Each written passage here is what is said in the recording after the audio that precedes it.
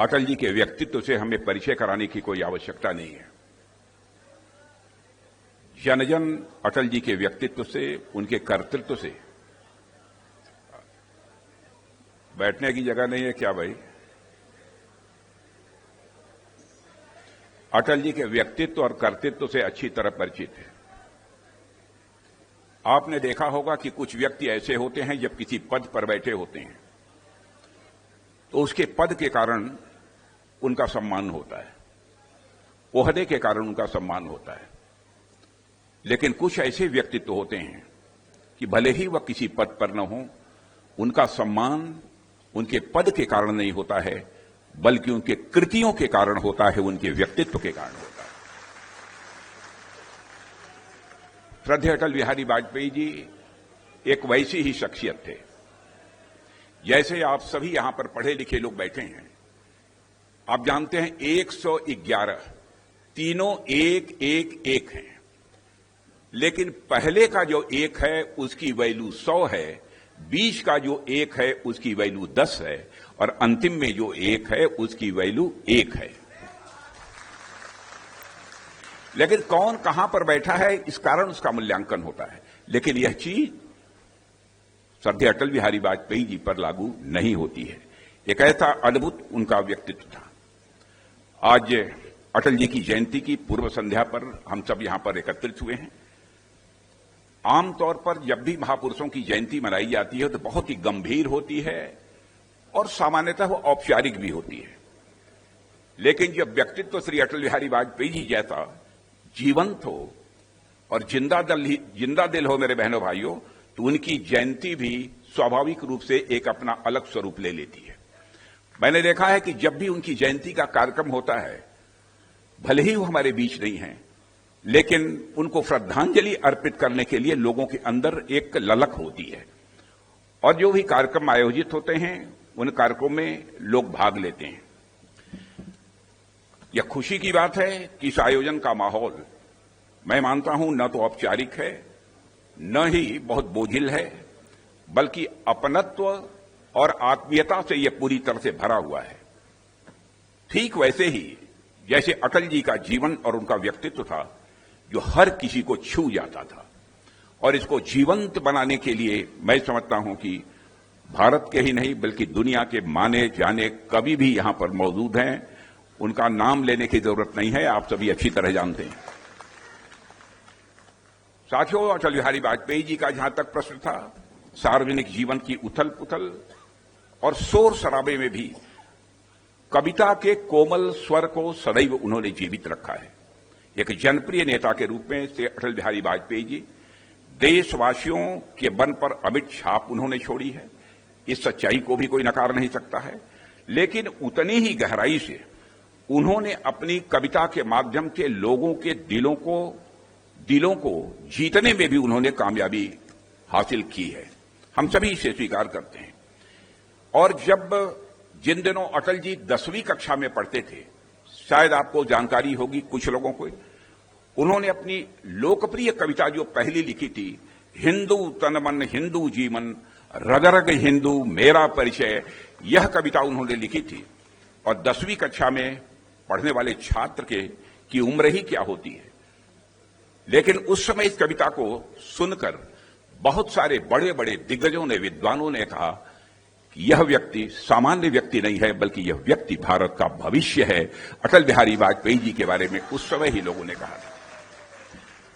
सन 1942 में कालीचरण कॉलेज के ओटीसी में कैंप लगा था, और उस समय राष्ट्रीय स्वयंसेवक संघ के सरपंच संघचालक गुरुजी उसमें मौजूद थे।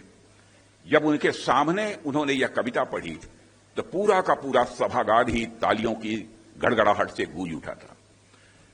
साथियों, अटल जी से मैं समझता हूं कि लखनऊ के लोग विशेष रूप से, जो कम आयु के लोग हैं उनके बारे में तो नहीं कह सकता, लेकिन बड़ी आयु के लोग हैं, अधिकांश लोग किसी न किसी प्रकार, किसी न किसी रूप में अटल जी के संपर्क में आए हैं।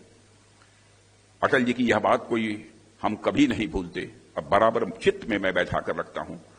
और जहां पर भी मेरा कार्यालय पार्टी का राष्ट्रीय अध्यक्ष रहते हुए अथवा जहां कभी बना, अपने रक्षा मंत्रालय में भी इसको लगवा कर रखा है कि छोटे मन से कोई बड़ा नहीं होता, टूटे मन से कोई खड़ा नहीं होता। और मैं कहना चाहता हूं सचमुच यह बात तो हमारे अंदर तक बैठ गई है और मैं अक्सर सार्वजनिक सभाओं में भी इसे समय समय पर दोहराता रहता हूं। बराबर अटल बिहारी वाजपेयी जी इस बात के लिए सजग रहते थे कि ऊंचाइयों पर व्यक्ति प्रायः अकेला हो जाता है। जब भी बड़ी ऊंचाई हासिल होती है व्यक्ति अकेला हो जाता है।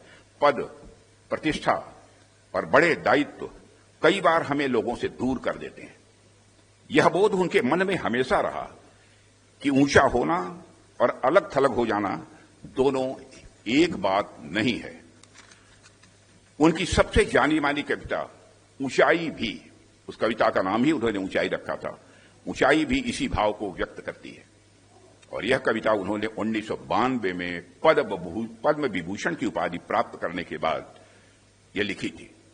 इस कविता में अटल जी ने लिखा है, जरूरी यह है कि ऊंचाई के साथ विस्तार भी हो, जरूरी यह है कि ऊंचाई के साथ विस्तार भी हो, जिससे मनुष्य ठूंठ सा खड़ा न रहे, जिससे मनुष्य ठूंठ सा खड़ा न रहे, औरों से घुले मिले, किसी को साथ ले और किसी के संग चले। यह अटल बिहारी वाजपेयी जी ने लिखा था। और यह कहा जा सकता है मेरे बहनों भाइयों कि अटल जी के जीवन में ऊंचाई के साथ साथ विस्तार भी था।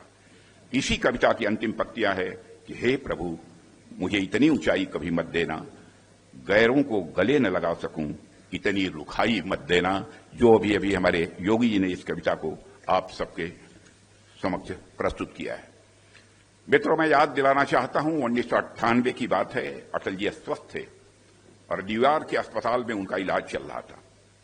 उस समय उन्होंने एक कविता लिखी थी और वह धर्मयुग में छपने के लिए उन्होंने उस समय भेजी थी। और उन्होंने संपादक को लिखा कि हो सकता है यह पंक्तियां कविता के लायक न हों, लेकिन ये मेरी जिंदगी का दस्तावेज है। भले ही यह पंक्तियां कविता के लायक न हों, लेकिन यह मेरी जिंदगी का दस्तावेज है। और यह कविता अटल जी के विषम से विषम परिस्थितियों में भी कभी हार न मानने वाली भावना का मैं मानता हूं सबसे सुंदर चित्रण है।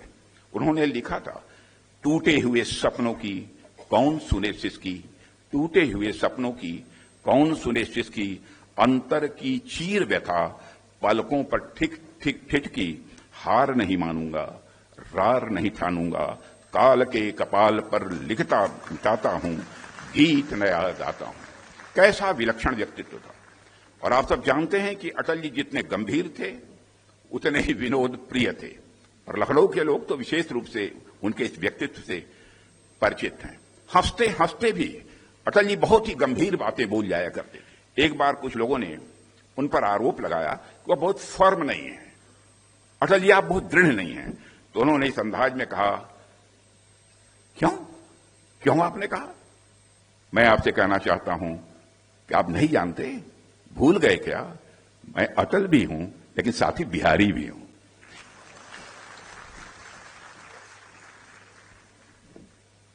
प्रत्युत्पन्न मति हमारे अटल बिहारी वाजपेयी जी थे। आपातकाल के दौरान में उनकी पीठ में जब दर्द हुआ उस समय वह हिरासत में थे। उन्हें इलाज के लिए एम्स अस्पताल ले जाया गया। डॉक्टर ने पूछा कि दर्द कैसे हुआ, क्या आप कहीं झुक गए थे? तो कहा, डॉक्टर साहब जिंदगी में झुकना तो नहीं जानता, कहीं मुड़ गया होगा।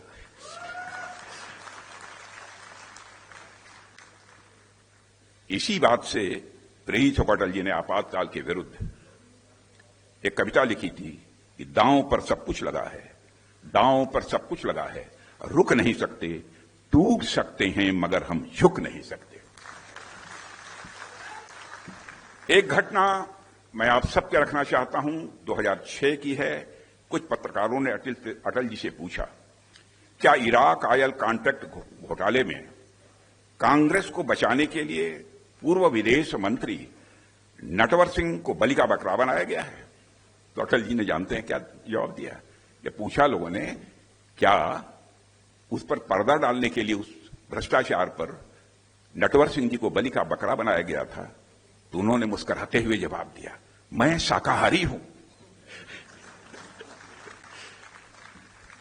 बहनों भाइयों, एक बार जब अटल जी पाकिस्तान के दौरे पर थे ध्यान से सुनिएगा।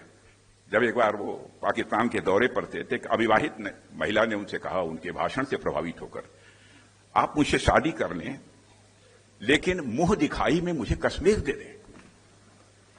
तो उन्होंने कहा कि मैडम, मैं भी आपसे शादी करने को तैयार हूं, लेकिन दहेज में मुझे पूरा पाकिस्तान दे दीजिए।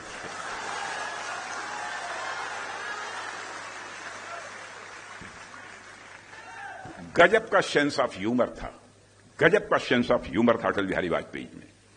एक बार जब कांग्रेस के नेता श्री वाई चौहान कुछ समय के लिए जनता पार्टी में शामिल हुए और फिर दोबारा जब कांग्रेस में चले गए तो एक रैली के दौरान अटल जी ने कटाक्ष करते हुए कहा कि हमने चौहान साहब से पूछा कि आपने क्या किया, तो उन्होंने उत्तर दिया कि अब हम घर वापस आ गए हैं, तो कोई उनसे पूछे तो क्या अब तक वो ससुराल में थे। अटल जी के भाषणों की सबसे अच्छी बात यह थी कि जब वो विरोधियों पर भी हमला करते थे, मेरे बहनों भाइयों, कभी भी मर्यादा का अतिक्रमण नहीं किया। सबसे बड़ी विशेषता वो थी। एक बार हिमाचल के प्रदेश के मुख्यमंत्री वीरभद्र सिंह जी का नाम आपने सुना होगा, हिमाचल प्रदेश में भाषण करने के लिए गए तो उन्होंने कहा, यहां के मुख्यमंत्री भद्र तो हैं लेकिन वीर नहीं है। और इतना कहकर सारी बात उन्होंने समाप्त कर दी। एक महिला ने कहा उनसे कि महिला ने क्या, उनके साथ महिलाएं भी थी, पुरुष थे, तो नवाज शरीफ उसमें से बोल गए थे कि अटल जी, आप तो इतने पॉपुलर हैं कि अब तो पाकिस्तान में भी आप चुनाव जीत सकते हैं। आप ये कल्पना करिए, भारत में ही नहीं, भारत के पड़ोसी देश पाकिस्तान में भी उनके प्रति लोगों का इतना सम्मान था, इतनी लोकप्रियता उनकी थी। साथियों, 1994 की बात है कि भारतीय जनता पार्टी में बहुत लोग शामिल हुए थे और पार्टी की सदस्यता बढ़ रही थी। तो इस बात को भी अटल जी ने अपनी काव्य शैली में बड़े अनूठे ढंग से बयान किया था।